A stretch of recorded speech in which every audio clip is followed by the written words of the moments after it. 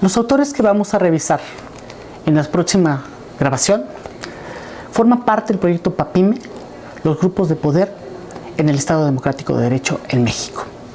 Dicho proyecto plantea la revisión de 3 categorías básicamente: grupos de poder, grupos de presión y grupos de interés. Sin embargo, para poder llegar a esta reflexión, partimos también de la revisión de categorías importantes, por decirlo, en las cuales destaca élite, destaca minoría, destaca el mismo concepto de grupos de tensión que ha venido a ser el concepto que hemos incorporado para reflexionar en torno de este importante tema. Es un tema que empieza a ser relevante desde el siglo XIX, cuando Gaetano Mosca, Wilfredo Pareto, en el siglo XX Robert Michels, lo van a recuperar para hablar de cómo las minorías gobiernan los gobiernos. Y en especial, son los autores que van a criticar propiamente por qué las democracias se vuelven proyectos elitistas. Para ello, Green Moody y Gerald Stuart Kennedy nos van a proponer una definición de grupos de presión bastante interesante. Nos dicen: los grupos son la constatación material de la articulación de intereses siniestros u oscuros. Por el contrario, son actores necesarios de un sistema democrático. Por eso, nos hacen saber que la característica esencial de un grupo es la organización, no como un fin, sino como aquello que permite influir sobre las decisiones del gobierno sin buscar ejercer él mismo los poderes formales del Estado. En esta misma vertiente, el historiador mexicano Lorenzo Meyer nos propone en su libro Los grupos de presión extranjeros en el México revolucionario 1910-1940 una distinción que parte de la siguiente idea: grupo de presión no es un grupo de interés, pues hay al final del camino características únicas. Un grupo de interés es un grupo que es capaz de combinar esfuerzos y perseguir colectivamente metas políticas comunes. Asimismo, a los atributos anteriores se le debe sumar la capacidad de aplicar represalias en caso de que el gobierno se rehúse a condescender con sus demandas. Sin embargo, creo que aquí lo interesante es advertir de dónde está partiendo el grupo de investigadores del cual formo parte. Fernando Ayala Blanco y Salvador Mora nos señalan que los grupos de poder, de interés y de presión se caracterizan por elementos específicos con base a una serie de indicadores que van referidos a factores en los que destaca su carácter formal, su carácter de clase, etc. Por ejemplo, los grupos de poder son designados o denominados por estos autores como una élite o minoría, que en el ápice de cada una de las esferas de las colosales instituciones del Estado se forman, consolidando un círculo de poder que vela por sus intereses y que constituyen las élites política, económica, militar, religiosa y cultural. Lo interesante del argumento es que nos hacen ver que los grupos de poder son minorías que son excepcionales en su actividad. Esa sería la conclusión sobre el grupo de poder. Por su parte, cuando hablamos de grupos de interés, nos dicen que se caracterizan porque sus integrantes comparten intereses, deseos y actitudes, y en consecuencia realizan acciones para consolidar y legitimar sus fines e intereses. Mientras tanto, un grupo de presión es aquel grupo que no consigue lo que desea mediante los canales formales y legales de la negociación y la construcción de consensos. Es factible que se transforme en un grupo que presiona a través de medios informales. A partir de lo anterior, podemos señalar que el objetivo de un grupo de presión es presionar en defensa de sus intereses materiales o subjetivos mediante una influencia que utiliza 4 vías: el gobierno, la opinión pública, los partidos políticos y demás grupos, como pueden ser sindicatos, por ejemplo. En este sentido, Guy Peters nos dice que los grupos de presión tienen formas de interacción con la burocracia, es decir, con el gobierno, en las cuales resalta 4 características: una interacción legítima, una interacción clientelar, interacción de parentela o interacción ilegítima. Con respecto a la interacción legítima, nos dice que este es un mecanismo de relación que reconoce al grupo de presión. Pero lo interesante es que este grupo es aceptado en la vida política, puesto que tiene una presencia de intervención en la toma de decisiones. ¿Qué tipo de interacción tiene? Sobre todo en materia de políticas públicas. Cuando hablamos de interacción clientelar, es aquella que el grupo de presión construye con alguna expresión o sector al cual este grupo se asume como representante natural. La consecuencia de esta representación natural es que este grupo de presión se vuelca en la protección de los intereses de dicho sector. Cuando hablamos de la interacción de parentela, estamos ante una situación en la que cercanos lazos fraternales entre un grupo de presión y el gobierno se hermanan mediante un partido, mediante un sindicato, mediante el padrinazgo de algún político. Es decir, el grupo de presión participa de la toma de decisión cuando hay un actor que media las relaciones con el gobierno. Finalmente, la interacción ilegítima se constituye mediante la concreción de una influencia que es indicativa de algún fallo fundamental del sistema en la satisfacción de las demandas de uno o varios sectores sociales.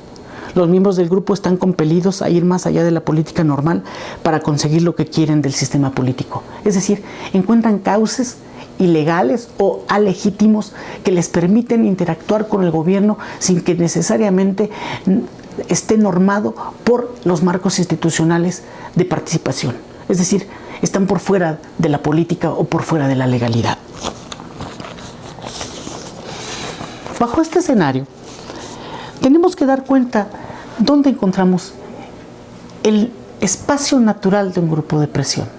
Un grupo de presión tiene al Estado como el escenario territorial donde se desarrolla. Philip Abrams señala que el Estado es un escenario natural.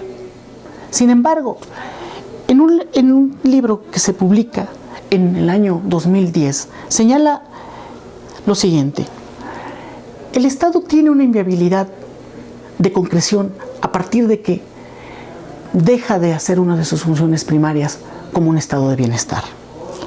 Entra en un letargo e improductividad creciente. Y este letargo e improductividad creciente es producto de que una de las actividades en las cuales él es el actor principal, o por lo menos uno de los actores principales, la economía, deja de realizar su función. Las peculiaridades y hasta insólitas trayectorias nacionalistas de los estados surgidos de la gran oleada de la descolonización del mundo tuvieron consecuencias políticas e ideológicas planetarias que impactaron sobre la materialización y concreción del Estado. Es decir, no solamente el mercado va a transfigurar la función del Estado, sino también estos procesos independientes y de descolonización que ocurren en ciertas geografías del planeta. Destaco África, que es el último momento de descolonización que vive el mundo contemporáneo. Volviendo sobre el tema del Estado y vinculándolo con la clase gobernante, que es un concepto muy específico, James Mansell nos dice en el libro El mito de la clase gobernante lo siguiente: el tema de la élite es un análisis sociológico del papel y desempeño que juegan los menos en el control y las riendas de los países. El autor, Mansell, nos ofrece una honesta definición de la élite como aquella que es receptiva al interés del grupo, producto de la existencia de una solidaridad del grupo que permite la orientación hacia la acción. El resultado es la vigencia de una construida desigualdad humana en la que se manifiesta la élite como parte superior de la vida colectiva. El concepto de élite es parte fundamental de la descripción de un estudio sobre grupos de poder. Es por ello que cuando revisamos el desarrollo de dicho concepto tenemos que retomar autores ya clásicos dentro de la ciencia política, como Giovanni Sartori. quien en el libro Teoría de la Democracia realiza un sintético recorrido sobre el concepto de élite, partiendo de aquellas referencias que han sido utilizadas como sinónimo para referir a estos actores que no son minoría con respecto al número que en el contexto de la democracia podrían representar. Por el contrario, se está haciendo referencia a una parte de individuos o actores concretos, quienes en el contexto de la democracia representativa es aquella minoría que se destaca por su capacidad de control. De esta manera, una élite refiere a un grupo de personas que ostenta un lugar superior, tomando como indicador su calidad que deriva de la capacidad en su ámbito de actividad, es decir, son los mejores. Peter Bachrach, en crítica de la teoría elitista de la democracia, continúa con esta discusión sobre la presencia y papel que juegan las élites en el contexto de la democracia, la cual está expuesta a una serie de dificultades de las que en alguna parte las élites son responsables. En este libro nos encontramos con una distinción básica entre élite política y élite no política y finalmente las no élites. Concretar una adecuada distinción nos obliga a desprendernos de una distinción empírica que solo se constituye a partir de que la élite política se distingue porque puede establecerse a partir de que las decisiones de un dirigente o grupo de dirigentes determinados afectan habitualmente en considerable medida valores sociales importantes de un vasto número de personas.